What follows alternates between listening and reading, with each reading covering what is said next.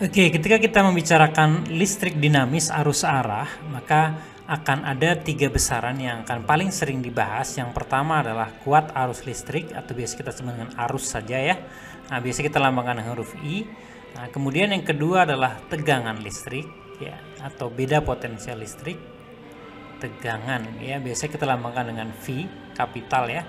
Nah, kemudian yang terakhir adalah hambatan listrik atau resistansi ya, atau kita sebut saja misalnya sebagai hambatan ya, biasa kita lambangkan huruf R ya, kadang-kadang kapital, kadang huruf kecil ya. Nah, kita mulai misalnya kita ilustrasikan ya, kita punya suatu baterai ya, ini baterai misalnya seperti ini. Nah, kemudian baterai ini dihubungkan dengan hambatan ya, mungkin hambatannya berupa lampu ya. Biasanya dalam rangkaian listrik kita kita lambangkan hambatan itu seperti ini ya, ada R sini. Nah, kalau kita beli baterai maka kita akan mendapati di situ ada tulisannya ya, tulisannya itu 1,5 volt misalnya ya. Itu adalah beda potensial antara ujung-ujung baterai itu ya, ketika belum terpasang dalam rangkaian. Itu yang disebut dengan GGL. Nah, ketika baterai itu kita rangkai dalam rangkaian tertutup seperti ini, maka nanti akan mengalir ya, arus listrik ya. Nah, pada awalnya ilmuwan itu belum mengetahui apa yang bergerak sebetulnya ya dalam rangkaian listrik itu, apa yang bergerak. Nah, kemudian orang bersepakat, para ilmuwan bersepakat ya, menyepakati bahwa arus listrik itu mengalir keluar dari kutub positif baterai gitu ya. Nah, dan menuju ke kutub negatifnya, tapi di luarnya ya. Jadi keluar dari ini kutub positifnya misalnya seperti ini, di sini kutub positifnya, ini kutub negatifnya. Jadi disepakati arus itu keluar dari kutub positif kemudian ngalir seperti itu. Nah, saya katakan tadi disepakati, makanya nanti kita sebut nih arus yang ini, nah kita sebutnya arus konvensional ya, by convention, karena kesepakatan. Ketika orang belum tahu sebetulnya apa yang mengalir dan mengalirnya itu kemana gitu ya.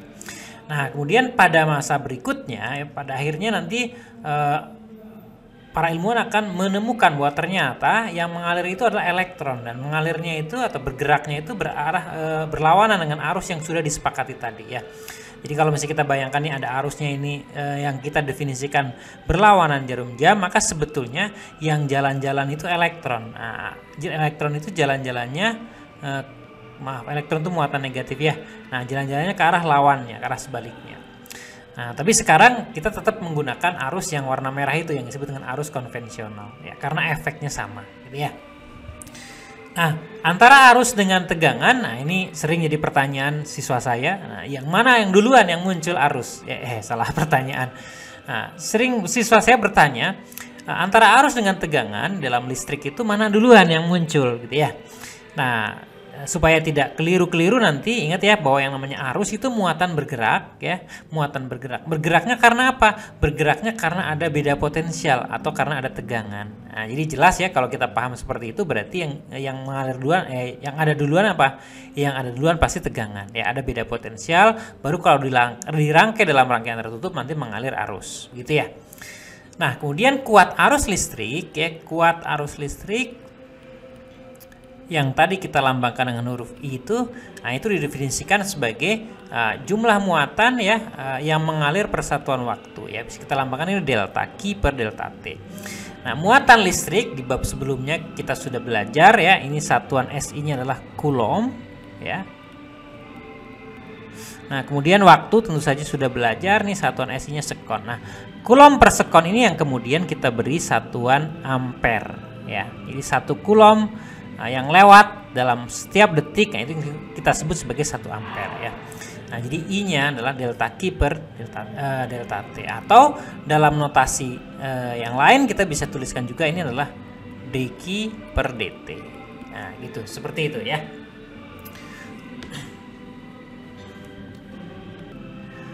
Oke, kita punya sebuah contoh soal. Dalam suatu konduktor mengalir arus listrik yang digambarkan dalam grafik berikut.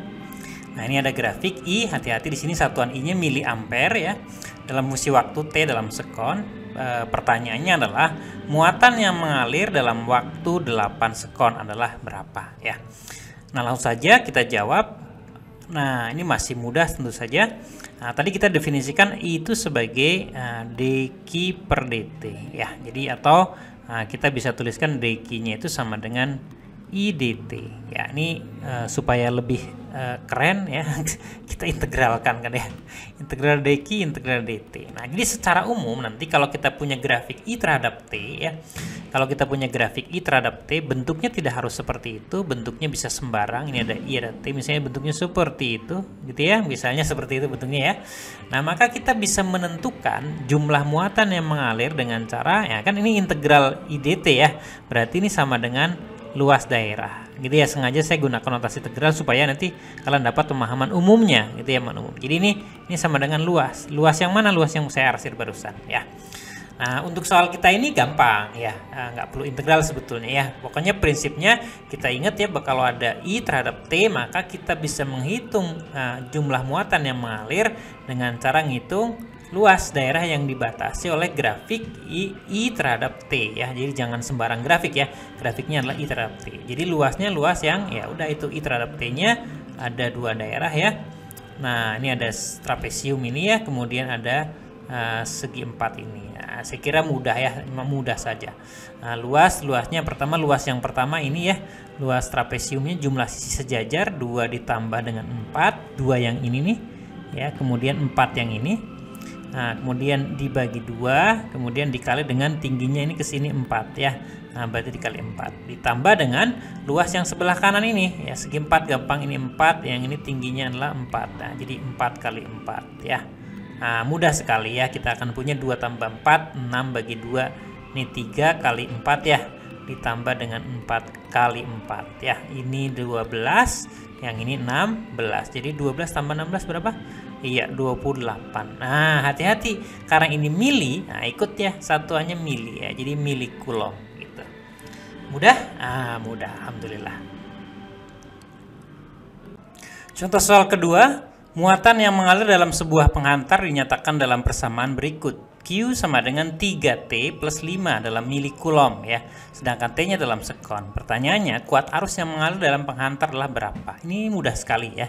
Kan tadi sudah kita tuliskan I itu sama dengan dq per dt. Jadi tinggal diturunkan aja sekali. Turunannya adalah 3T plus 5, turunannya sama dengan 3 ya. Jadi sudah jelas. Karena ini mili, berarti ini satuannya ya mili juga, jadi mili ampere. Jadi arus yang mengalir adalah 3 mili ampere. Ya, mudah ya? Masih mudah. Oke.